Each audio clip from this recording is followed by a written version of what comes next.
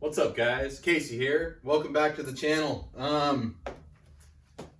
This week I've got some bad news.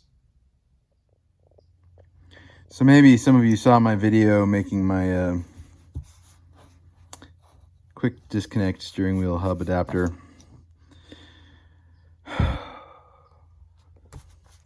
So the finished part that I showed you in the video was not actually the finished part. The hub that steering wheel came on had a little horn ring that attaches to it.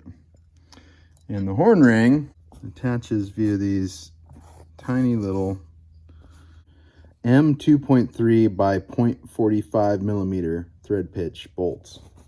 So in an attempt to utilize the same size bolts that were on this little hub adapter to give my quick disconnect a more finished look, I drilled and tapped some 1.85 millimeter holes to 2.3 by 0.45. And I don't know what was going on. My taps, they came from eBay. I couldn't find anybody selling taps that weren't like $40 a piece, except for eBay. So I bought eBay taps. That's probably my first mistake.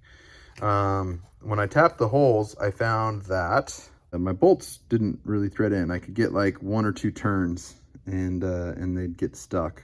So I found, kind of by running the tap in and out a bunch of times, you know, basically I was increasing the tolerance slightly, and then I could get the bolts to thread in. Well, on one of them, my bolt got stuck.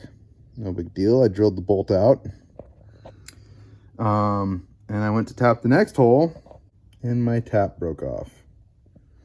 And then I tried to use an end mill to see if I could get the tap flat on the top, which I can't. So I'm kind of at a loss, honestly, on which way to go. I don't want to scrap the part and start over because this took me about 8 hours. I think I could probably do the second one in half that amount of time. But still, 4 hours on the lathe and mill is not a fun time. So, I don't know. You guys got any tips for removing a broken hardened tap in 6061 T6 aluminum without destroying the heat treat? Because I'm at a loss. Hit me up in the comments. Let me know what you think. If you have any ideas, I'll try them. what I'm thinking is to take my smallest drill bit, which is 1/10, and basically drill all the way around, you know, just plunge all the way around that tap, as tight to the tap as I can get it. Go down a 1/4 to a 1/2 inch or so that I can get some needle nose pliers on the broken off end of that tap. This tap broke off just below the surface. I don't even know how that happens.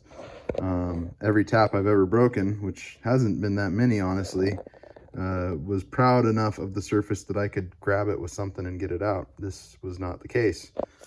So my thinking is, if I drill down a little bit to where I can grab that tap, then I can drill the hole out to like a 1/4 inch and run a T6 aluminum bolt with Loctite into the part, face off the top, and retap and drill my hole. It's not a critical part. It's just holding on a horn button. It's basically just for looks. That's the best I can come up with. But let me know what you think. Anyway, yeah, geez, I'm bummed. I figured I'd do a little unboxing video for you guys this week, though. I got some new toys to play with. Let me show you. All right, folks. This is a segment of my videos that I like to call What's Casey Drinking? And this week I'm drinking. New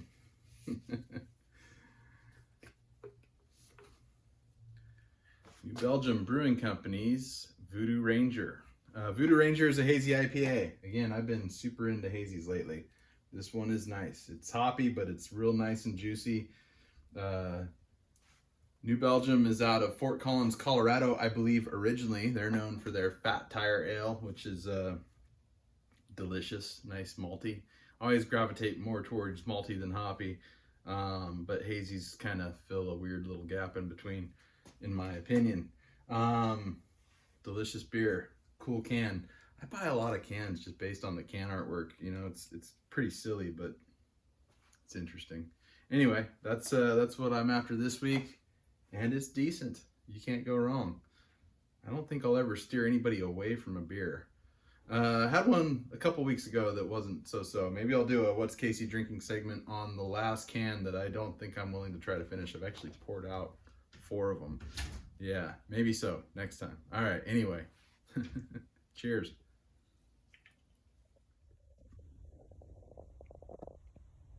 All right, box from Hamilton Tools.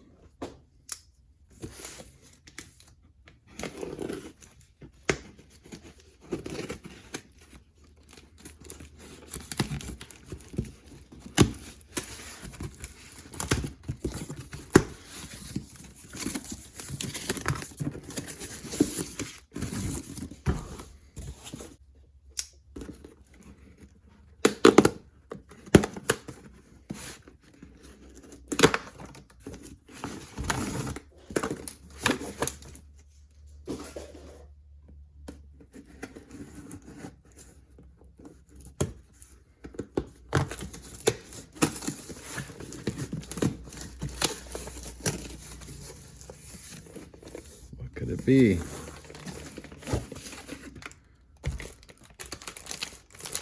Any guesses?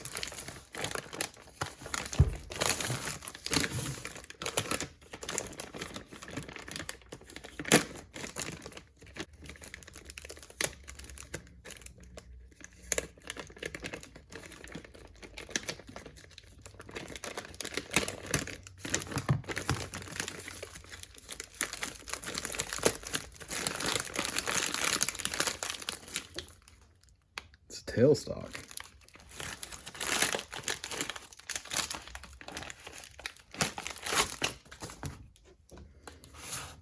Adjustable. Wow. That's not the surprise. The more well-versed machinists among you will know that that was a hint.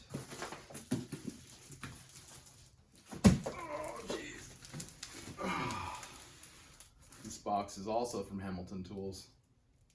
What could it be?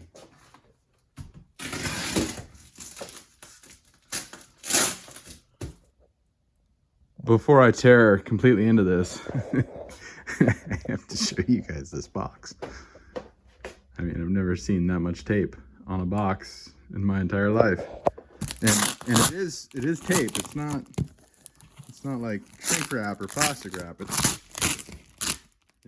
just layer after layer after layer of packaging tape.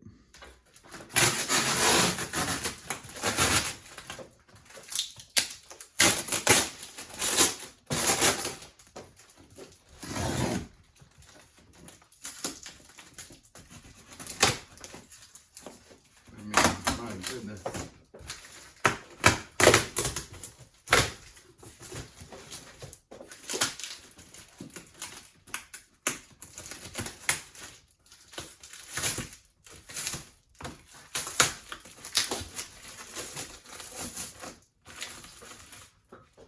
Woo!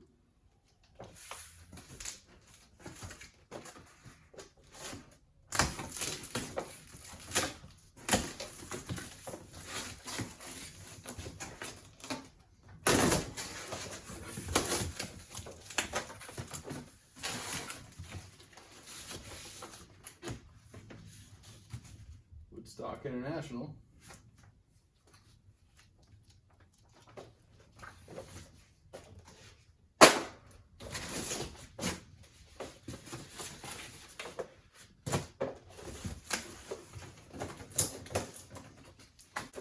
And I gotta set this on the ground.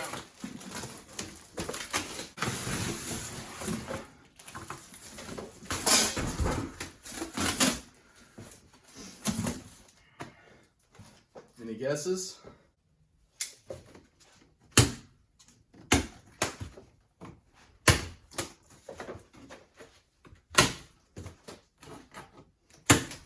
I need to sharpen my knife.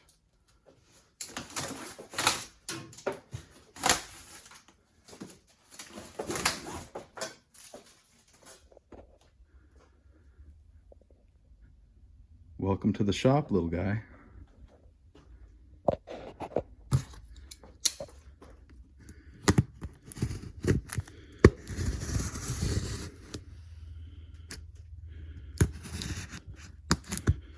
Sorry, cutting and filming one-handed is not my strong suit.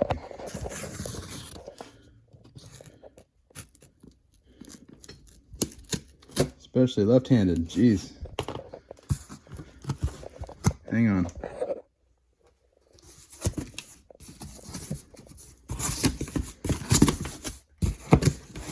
I got boxes on top of boxes on top of boxes on top of boxes.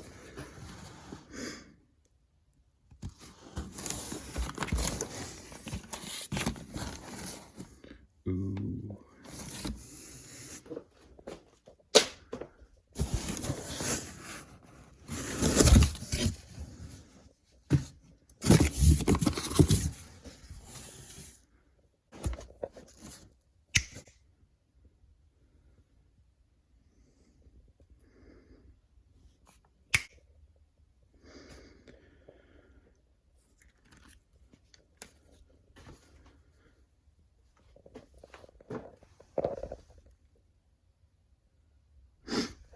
So, now that I've talked about trying to really hard to buy American-made tools, and typically I do, I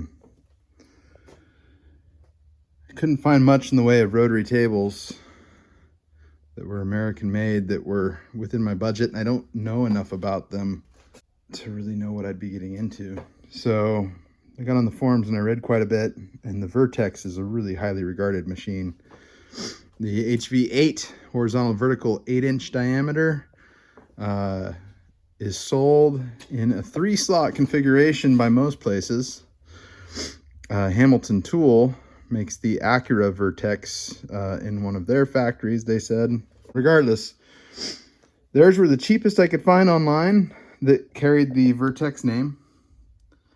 And they were all 4-slot, which I think is going to make work holding a lot easier. I also plan to mount a 6-inch chuck to this as well.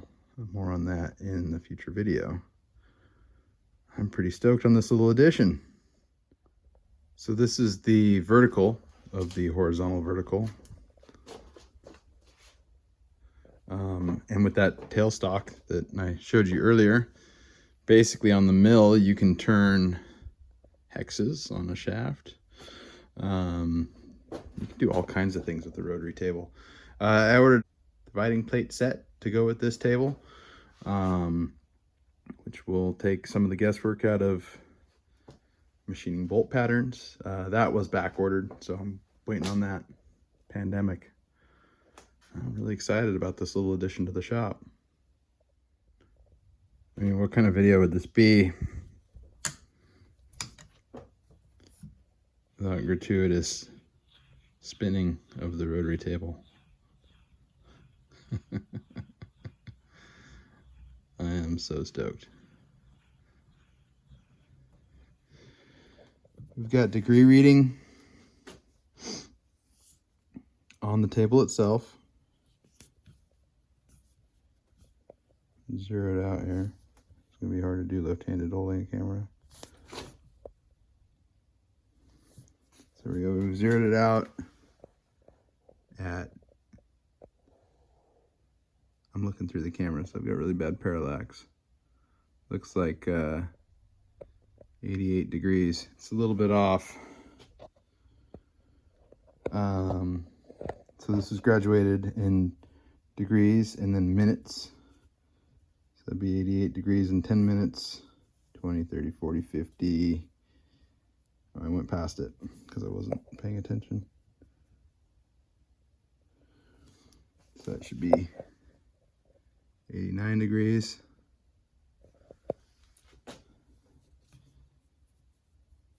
89, 30.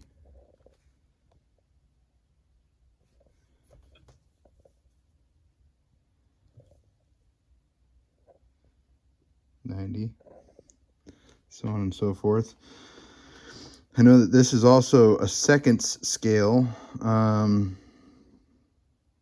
I forget how you're supposed to line those marks up. So right now we're at 90 degrees. Yeah, I've got to go back and read the instructions. I've got a learning curve ahead of me, but this definitely opens some doors to to do some new fun things with the mill, and I'm super stoked. All right, guys. Thanks for checking back in this week. I hope you liked my unboxing of a Vertex horizontal vertical 8-inch rotary table from Hamilton Tool Company. I think it's going to be a perfect fit for my Precision Matthews mill. Not endorsed or sponsored by either one of these guys, but yeah, highly recommended on the internet. Didn't break the bank too bad. When I priced these 6 months ago, maybe a year, they were in the mid 200 range, and I think I paid just under $4. It didn't seem like they were going to go down in price, only up. So I figured now was the time to do it. The cost of everything is just out of control lately. But I'm excited for what opportunities this opens up on the mill. Would have made my steering wheel hub a lot easier, and shoot, I might end up using it again if I have to remake that thing. But hopefully I can salvage it. Again, hit me up in the comments. Let me know if you guys have any tips for getting a broken tap out of aluminum without damaging the heat treat on the aluminum,